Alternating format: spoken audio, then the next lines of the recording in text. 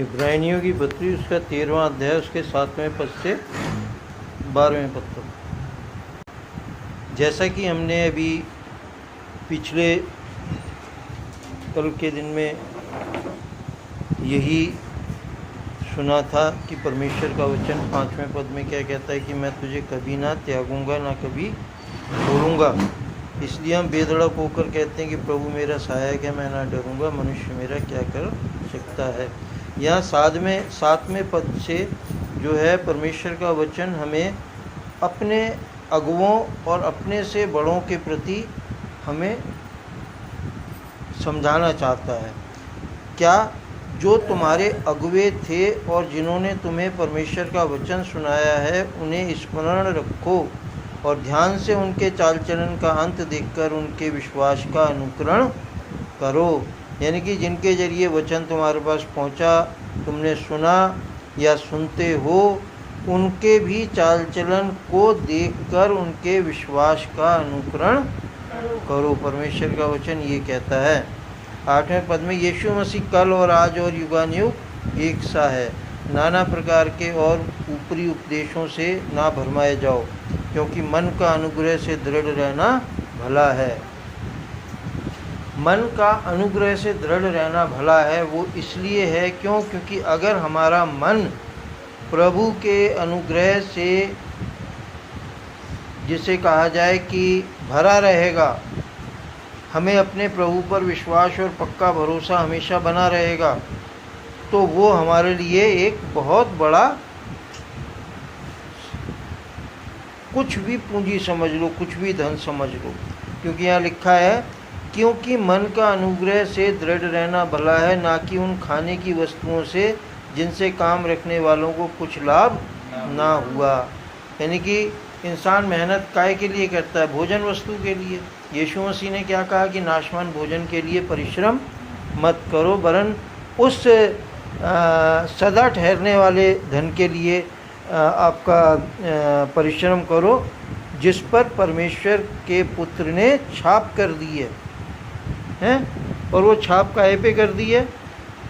अपनी आज्ञाओं के, अपने वचन के ऊपर चलने वालों के जीवन पर उसने ये छाप कर दी है कि वो तुम्हें कभी नहीं छोड़ेगा, ना कभी त्यागेगा, वरन तुम्हारा वो ध्यान रखेगा। क्योंकि वचन में लिखा हुआ है, लोग वह क्यों घबरा जाते हैं? क्योंकि वो परेशानियों में और तरह तरह की मुसीबतों में जब पड़ते हैं तो उनको ये लगता है कि परमेश्वर ने उन्हें छोड़ दिया है। लेकिन अगर हमारा मन जो है प्रभु के अनुग्रह से भरा रहेगा तो क्या है कि हम हर एक चीज़ को प्राप्त कर सकते हैं, लेकिन समय से।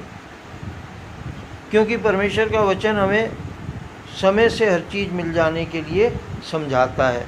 क्योंकि हर एक चीज़ का एक समय निश्चित है।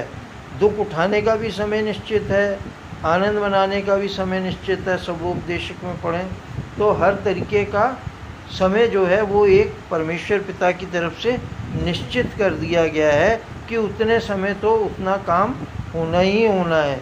जैसे जाड़ा रहना है तो रहना ही रहना है, गर्मी रहनी है तो गर्मी रहनी ही रहनी है। अगर कुछ भी है तो वो अगर परमेश्वर की तरफ से है तो हमें धीरज के साथ उसका अनुकरण, यानी कि अपना धीरज के साथ हमें उस समय को निकालना चाहिए। क्यों?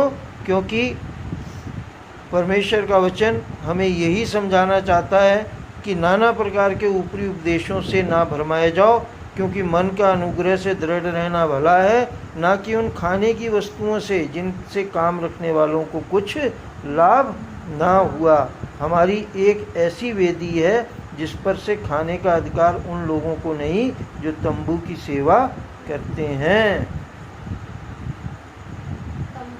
हम लोग दूसरों को देखते हैं ना कि यार ये बड़ा खुश है, खा पी रहा है,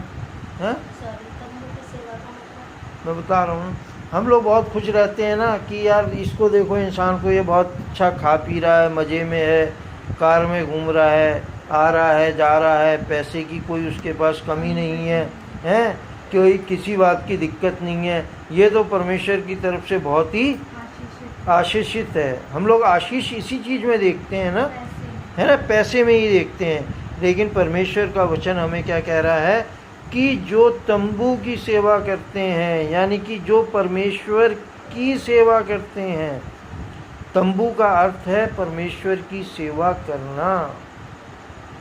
क्यों? क्योंकि परमेश्वर का निवास स्थान जब मनुष्यों के बीच में आया तो सबसे पहले तंबू का माध्यम ही रहा।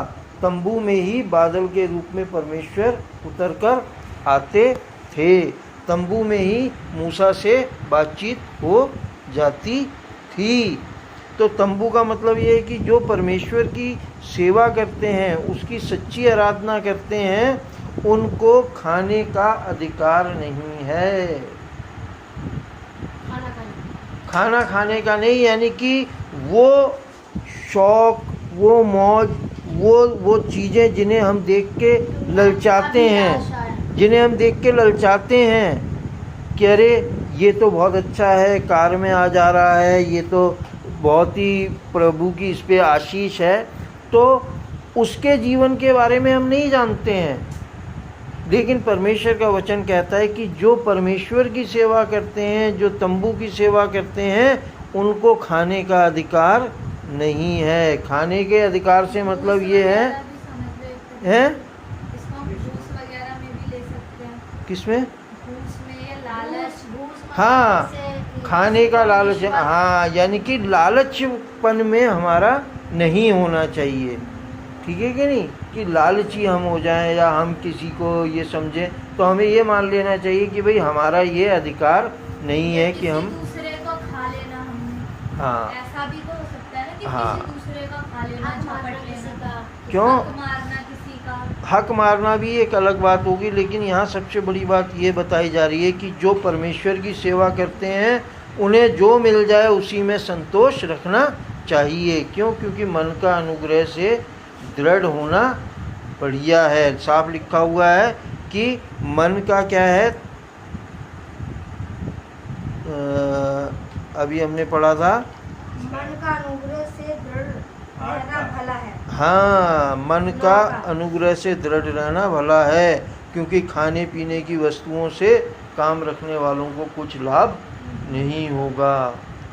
क्यों? क्योंकि हाँ,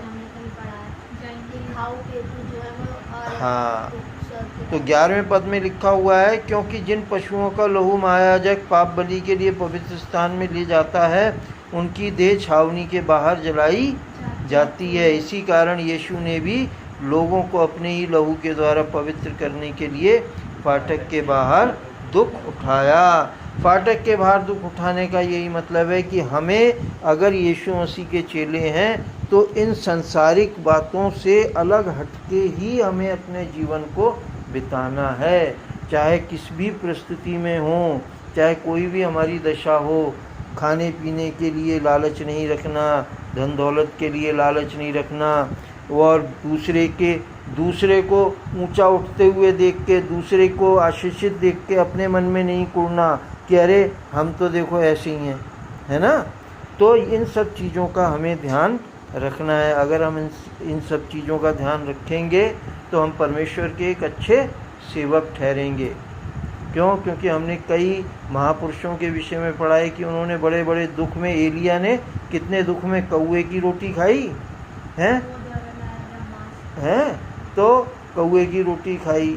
और भी बहुत से, यूहन्ना टिड्डियाँ खाता था जंगल में। टिड्डियाँ क्या, फल होता है टिड्डी, वो टिड्डी नहीं, फल टिड्डी भी कहलाता है, जिसका अचार वचार भी पड़ता है। तो जो परमेश्वर की सेवा करने वाले लोग हैं, वो राजा महाराजा होते हुए भी वो एकदम दीन बने रहते हैं। यीशु मसीह क्या था, राजा महाराजा थे, हैं, लेकिन हमारे लिए क्या, एकदम दीन बन गए। दुख उठाया क्या, उन्हें शौक मौज नहीं अच्छा लगता होगा, उन्हें घर में अच्छा रहना अच्छा नहीं लगता होगा। क्यों? क्योंकि एक जगह मैंने ये पढ़ा है कि यीशु मसीह से जब पूछा उसके चेले ने कि मैं भी तेरे पीछे आऊँगा, तो यीशु मसीह ने कहा कि लोमड़ियों के लिए तो भट्ट और पक्षियों के लिए बसेरे होते हैं, लेकिन मनुष्य के, परमेश्वर के पुत्र के रहने के लिए, सर धरने के लिए भी कोई जगह नहीं है। तो हमें इन चीज़ों पे ध्यान लगाना है। हम संसार की बातों की तरफ ध्यान लगाएंगे तो हम कभी भी परमेश्वर की सच्ची सेवा नहीं कर पाएंगे, क्योंकि संसार की तरफ ध्यान लगाना परमेश्वर से बैर रखना है, साफ लिखा हुआ है। क्यों? क्योंकि हमें संसार की तरफ ध्यान लगाएंगे तो वहीं हमारा मन भटकेगा। आज उसने अच्छा खाया, आज उसने अच्छा पिया, आज उसने अच्छा लिया, आज उसने अच्छा इस्तेमाल किया, आज वो यहाँ घूमा, आज वो वहाँ घूमा है।